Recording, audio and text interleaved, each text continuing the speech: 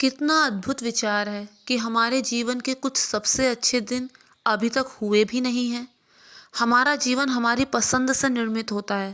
पहले हम अपना चुनाव करते हैं, तब हमारी पसंद हमें बनाती है। जो किया जाता है उसे पूर्ववत तो नहीं किया जा सकता, लेकिन इसे दोबारा होने से रोका जरूर जा सकता है। आप हमेशा कुछ दे सकते हैं, भले ही वो केवल दयालुता ही क्यों ना हो। हम अपना भाग्य तो नियंत्रित नहीं कर सकते, लेकिन हम ये तो नियंत्रित कर ही सकते हैं कि हमें बनना क्या है। जहाँ उम्मीद है, वहाँ जीवन है। ये हमें नए साहस से भर देता है और हमें फिर से मजबूत बनाता है। ये कितना अद्भुत है कि किसी का इंतज़ार नहीं करना पड़ता हमें, लेकिन धीरे धीरे दुनिया को बदलने के लिए हम अभी से शुरुआत तो कर ही सकते हैं। सब कुछ के बावजूद मेरा मानना है कि लोग वास्तव में दिल के अच्छे होते हैं, वो दिल के बुरे नहीं होते। आलस बहुत आकर्षक लगता है, लेकिन संतुष्टि संतुष्टि तो सिर्फ काम ही दे सकता है। माता पिता केवल अच्छी सलाह दे सकते हैं, उन्हें सही रास्ते पर ला सकते हैं, लेकिन किसी भी व्यक्ति के चरित्र का अंतिम निर्माण उसके अपने खुद के हाथों में होता है। मैं सभी दुखों के बारे में नहीं सोचती, बल्कि मैं उस सुंदरता के बारे में सोचती हूँ जो अब भी बनी हुई है। यह कितना अद्भुत है। हम किसी भी क्षण से अच्छा करना शुरू कर सकते हैं। हम सभी खुश रहने के उद्देश्य से जीते हैं। हमारे सभी जीवन अलग अलग हैं, फिर भी वही हैं। सहानुभूति, प्रेम, भाग्य, हम सभी में ये गुण हैं, फिर भी हम उनका उपयोग नहीं करते। लोग आपको मुंह बंद रखने के लिए कह सकते हैं, पर हमें हमारी राय रखने के लिए तो रोका नहीं जा सकता। यदि सुख अर्जित करना चाहते हैं तो हमें अपना काम करना चाहिए, आलसी और जुआरी नहीं बनना चाहिए। आपके सामने रखने के लिए एक सुनहरा नियम है, हर चीज़ के बारे में हंसो और दूसरों के बारे में खुद को परेशान मत करो। बहुत ज़्यादा कल्पना मत करो, ये आपको कहीं नहीं ले जाता है। यह अंत नहीं है, यह अंत की शुरुआत भी नहीं है, लेकिन हाँ, ये शायद शुरुआत का अंत है। जो कोई इसे नहीं जानता, उसे अनुभव से सीखना चाहिए और पता लगाना चाहिए कि एक शांत अंतःकरण ही व्यक्ति को बलवान बनाता है।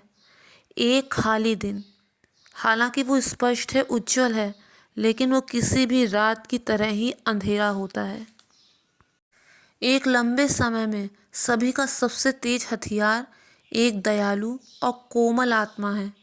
जो खुश है वही दूसरों को खुश करेगा, और विश्वास और साहस रखने वाला व्यक्ति कभी भी दुख में नहीं मरेगा। सिर्फ 13 साल की थी एन फ्रैंक जब उसने अपनी डायरी को लिखना शुरू किया था।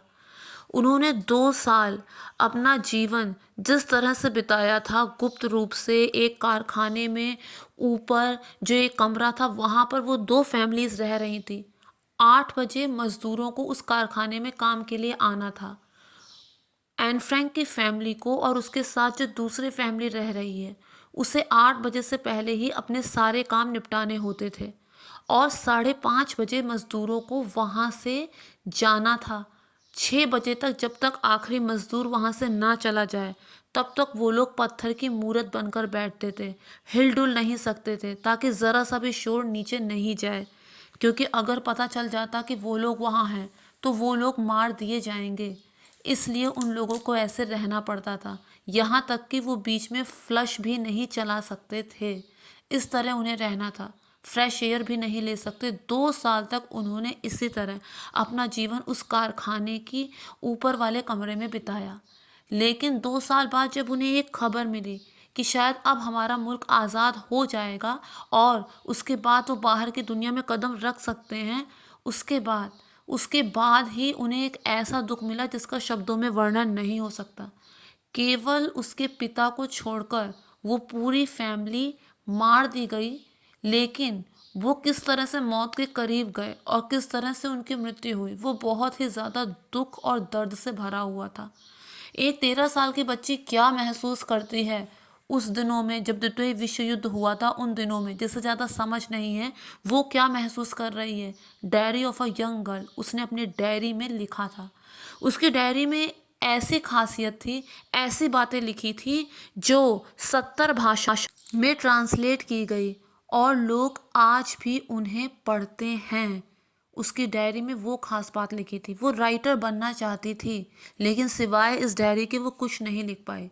जब एन फ्रैंक और उसकी फैमिली ख़त्म हो जाती है तो उसके पिता को जब पता चलता है कि उसका परिवार अब मारा जा चुका है, तो जिस कमरे में वो ऊपर रहते थे वहाँ पर जो उसकी डायरी पड़ी हुई होती है, उस डायरी को वो पब्लिश कराते हैं और उसके बाद वो डायरी जन जन तक पहुँचती है।